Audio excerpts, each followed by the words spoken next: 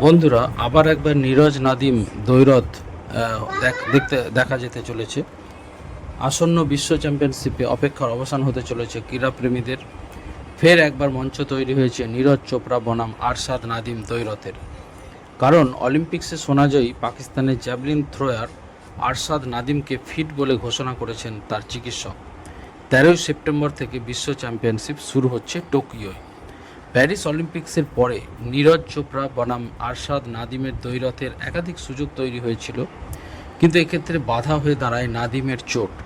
জুলাইয়ে 28 বছরের পাক জ্যাভলিন থ্রোয়ারের অস্ত্রোপচার হয়, ফলে তিনি ডায়মন্ড লিগে অংশ নিতে পারেননি। নাদিমের রিহ্যাবে থাকা চিকিৎসক আসাদ আব্বাস জানিয়েছেন নাদিম পুরোপুরি সুস্থ এবং রিহ্যাব শুরু করেছেন, এবং তিনি নিশ্চিত করেছেন যে নীরজ ও অন্যদের সঙ্গে বিশ্ব চ্যাম্পিয়নশিপে আরশাদ নাদিম অংশ নেবেন। তবে বৃষ্টির কারণে তার প্রস্তুতিতে কিছুটা সমস্যা হচ্ছে বলেও কিন্তু পত্রিকায় লেখা হয়েছে। প্রসঙ্গত 2023 বিশ্ব চ্যাম্পিয়নশিপে নীরজ চোপড়া সোনা জিতেছিলেন 88.17 মিটার ছুঁড়ে। নাদিম রূপো পান 87.82 মিটার ছুঁড়ে। টোকিও অলিম্পিক্সে সোনা জিতলেও নীরজকে রূপো পেয়ে সন্তুষ্ট থাকতে হয় প্যারিসে।